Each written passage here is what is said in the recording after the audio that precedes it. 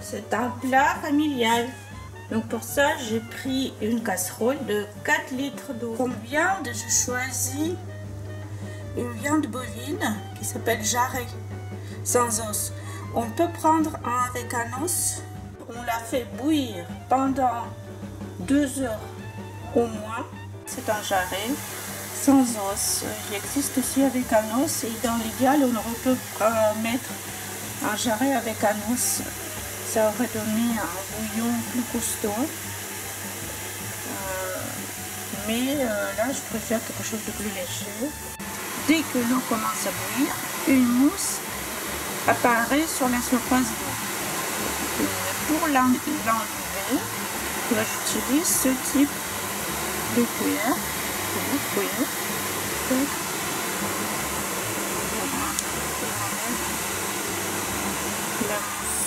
Sur une poêle de taille moyenne, on met un filet de tournesol et au-dessus un oignon. Un petit morceau, un petit dé. Au bout de 2 heures, la quantité d'eau a été beaucoup réduite et on peut rajouter de l'eau.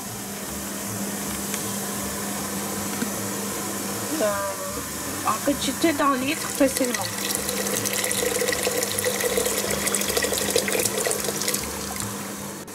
Notre oignon a été devenu transparent. Donc on rajoute, découpé en dés, une carotte. J'ai pris une betterave crue, plus grosse que la moyenne. Voilà, je l'ai découpée en petits dés, comme ça. C'est un élément très important que la betterave soit crue. Elle donne toute sa couleur et son goût. Maintenant, on va faire de la marinade. Je prends un vinaigre d'alcool. Je mets pour cette taille de betterave. Je mets une cuillère à soupe. D'abord une, après deux, deuxième. Peut-être il est assez grande, donc troisième. Une troisième. Hop. Et c'est la vinaigre qui permet à la betterave de conserver sa belle couleur rouge.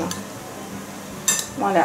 Et pour éviter que le goût soit trop acidulé, on met du sucre blanc, du sucre en poudre, autant que la vinaigre. 3 cuillères de vinaigre, 3 cuillères de sucre.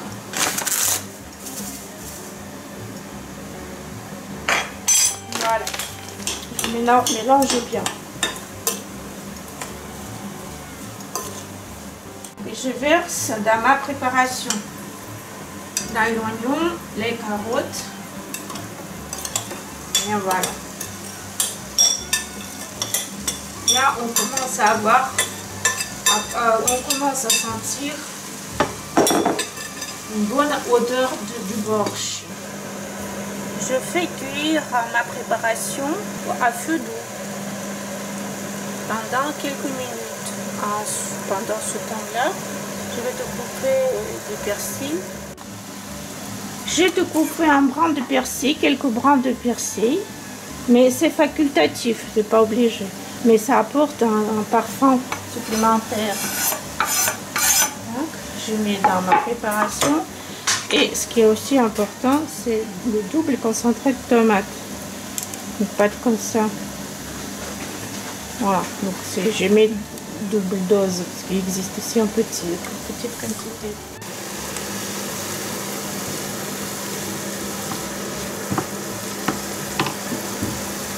On mélange tout et on attend encore quelques minutes avant de mettre toute la préparation dans la casserole. Je pris un chou blanc plutôt petit, donc j'ai découpé un morceau là et un quart sur le côté. Voilà, ça va suffire pour cette casserole. Donc je découpe en fines lamelles. Voilà les lamelles qu'il faut faire pour avoir des jolis choux dans le borsch. Et ma préparation est déjà prête. Je vais la mettre dans la casserole.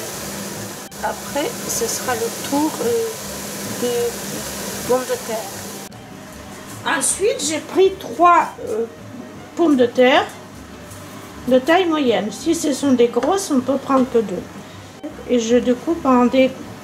Voilà, pas trop petits. Bon, maintenant, on peut saler. Moi, j'utilise toujours du gros sel pour les soupes. Parce que je me suis habituée à ça. Une cuillère, une bonne cuillère de profondeur. Une cuillère et demie. Et après, on peut goûter. On laisse bouillir pendant une bonne demi-heure. Voilà, au feu doux.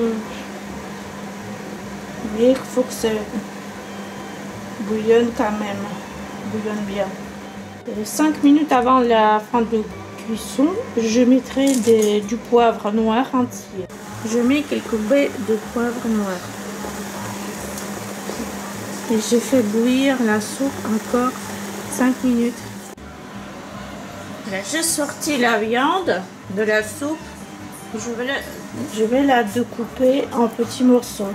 Maintenant, elle est bien tendre. Voilà. Et après, je vais tout remettre dans la casserole. Et voilà la belle soupe borsch. Pour la meilleure dégustation, je découpe de l'ail, 2 gousses d'ail. Et après, on met en fonction de goût de chacun.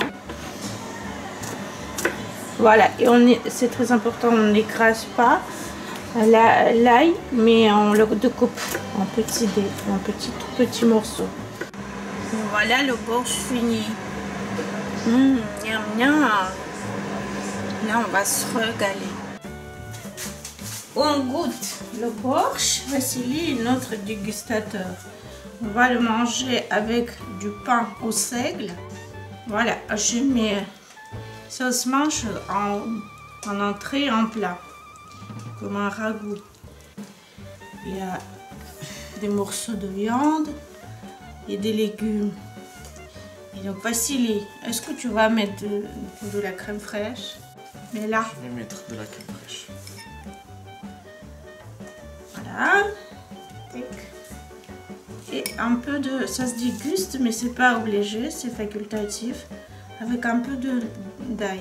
Je veux bien. Tu me dis, c'est bon? C'est bon. On goûte? C'est bon. Goûte-le. Dis-nous, est-ce que c'est bien? C'est bien comme il faut.